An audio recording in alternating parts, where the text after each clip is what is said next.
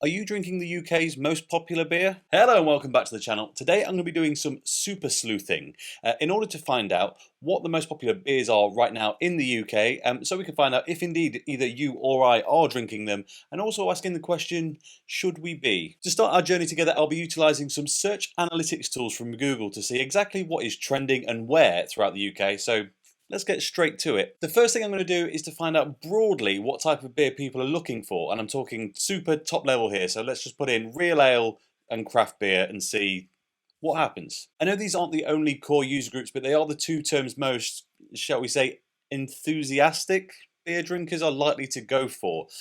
From this, there's a few key points that we discover straight away. Craft beer as a search term is significantly more popular overall, but also suffers from much bigger fluctuations in interest. Some bigger peaks in the summer months, and then, somewhat unsurprisingly, a big peak just up before Christmas. Real ale, however, appears much more steady, just a few expected dips post-Christmas and into January, but otherwise, generally speaking, it's on a steady but slightly uphill trajectory. Now, if we switch this graph out from showing just the last year to the last 5 years, we can see how this has evolved over time. 5 years ago, craft beer still maintained its increased interest over real ale, but it was much closer back in 2017. It does, however, look like real ale interest is slowly generating a return. Meanwhile, craft beer looks to be in a slight decline, but it's potentially just not enough data to be absolutely certain. Some interesting metric when broken down by sub-region or country in the UK. Wales holds a much bigger interest in the traditional real ale than the others. Meanwhile, Northern Ireland is almost completely done with it, focusing much more on craft beer. Now let's see what happens when we throw what's believed to be the nation's favourite style into the mix. Lager. So what previously looked like a reasonable gap between real ale and craft beer, once lager is added into the mix, well, they look pretty competitive by comparison. As expected, lager shows peaks in the warmer months of the year, but oddly, its 5-year peak was actually in January 2021.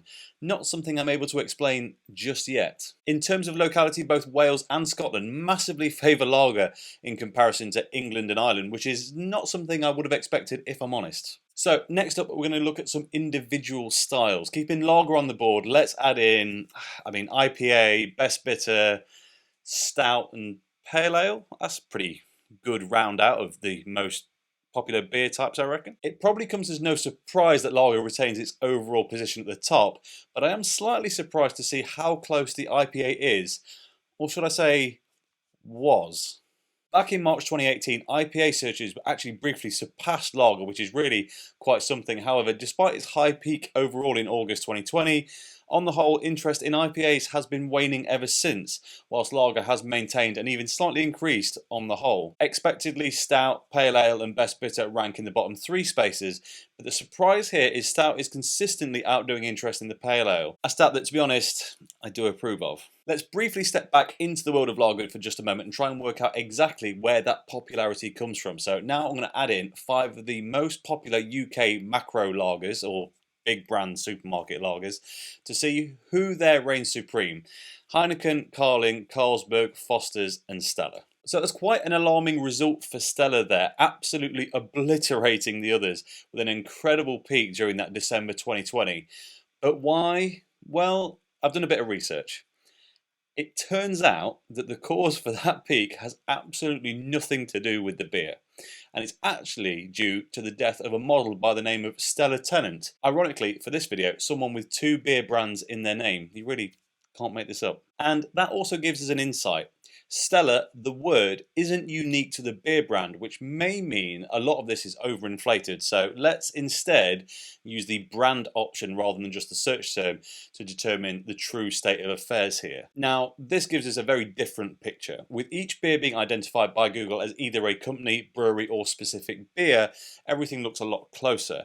Heineken now has a clear lead, which is, to be honest, what I'd expect before going into this, but it is inflated by a peak in April 2020, which just seems to coincide with their business results being published. Let's now revert this back down to a 12-month view to get a more representative idea for what's happening right now.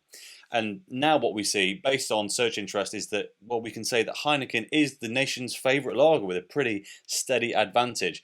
Carling, Stella and Carlsberg all duking it out for the best of the rest position, and, well, Foster's it's dead. Now, let's repeat this process for craft breweries. The difficulty here is that craft breweries tend to produce a lot of different beers, whereas the lagers we search for tend to be just one product. So to even this out, I found some results for the most popular craft beer by sales volume in the UK for 2020.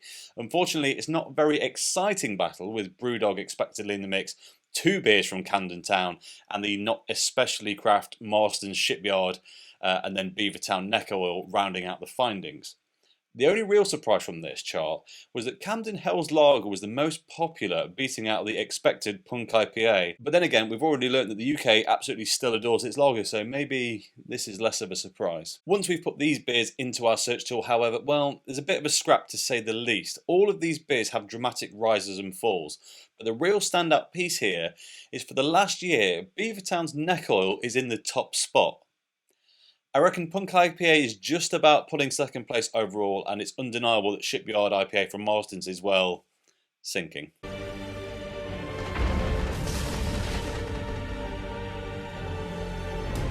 If we expand this graph back to the 5-year time period, though, Punk IPA certainly led the high life until very recently, and, well, I think we all know why. So, what beer is the most popular, or at least has the most interest right now? Well, let's combine this data, shall we? We know that Heineken is the most popular macro lager. We know that Beavertown produced the craft beer with the most interest, or so it would seem. And given their historically superior performance, we'll also add Brewdog as a whole into the mix.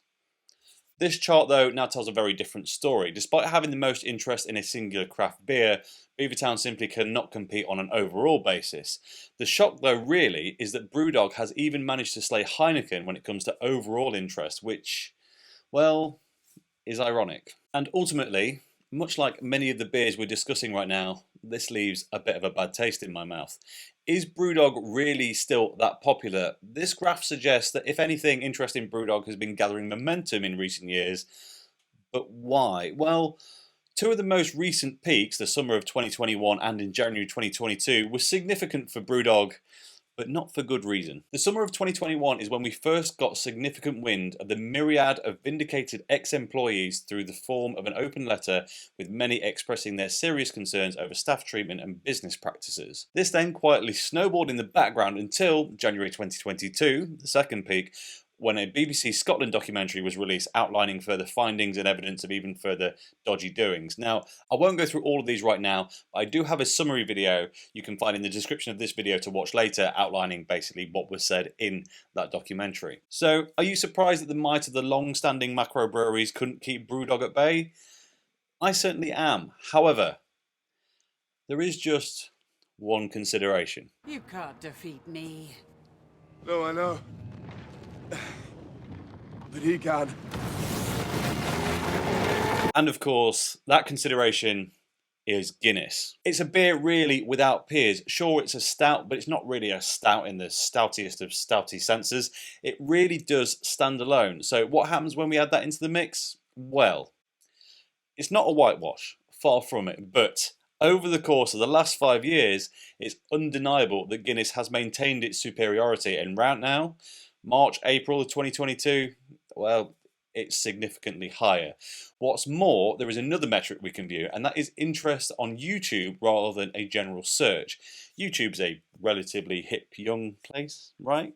Tell me it's true. People love craft beer there, and Brewdog videos always have the views come rushing in, don't they? Well, not quite. Not only does Guinness extend its dominance, but Brewdog actually falls away entirely. Heineken now significantly higher in the mix, and that I did not expect. So the most popular beer as of right now in 2022, well, it's a good old Guinness.